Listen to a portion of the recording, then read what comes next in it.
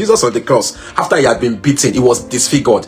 You cannot identify him. Nobody can identify Jesus. You see him on the cross. Is this the same Jesus that we are talking about? He was disfigured, a man of sorrow. No one can ever imagine the kind of sorrow Jesus went through on the cross. So he was beaten blue-black. He had shed all his blood. And in the midst of that pain, in the midst of that discomfort, for the lack of English words to use, discomfort is nothing compared to what he was facing at the time. Guess what he did? He looked up. And when he looked up, he looked at John, he looked at Mary, his mother, and the third word is, woman, behold your son.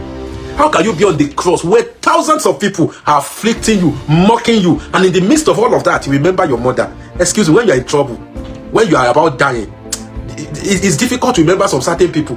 But you see, Jesus, in the midst of all of that, looked at his mother, looked at John, and said, woman, behold your son.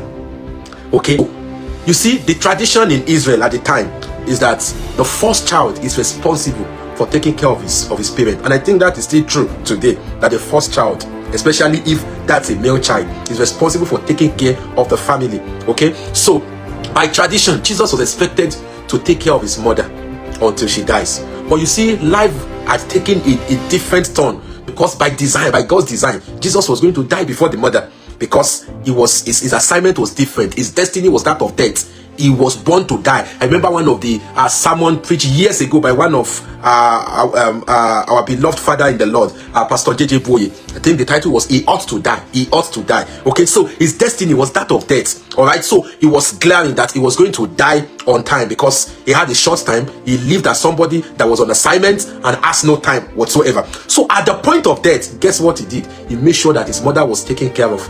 He made sure that he handed over his mother to the only person that he feels can take care of the mother. What a love. How can you be on the cross and you still remember your mother? How can you be on the cross and you still be thinking about the welfare of your mother? So indirectly, John became a replacement to Jesus before Mary, and all of that happened on that cross. How do you explain it?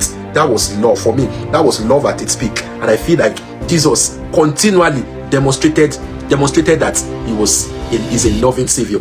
Okay, he loved us deeply. Is the reason why we are celebrating this season.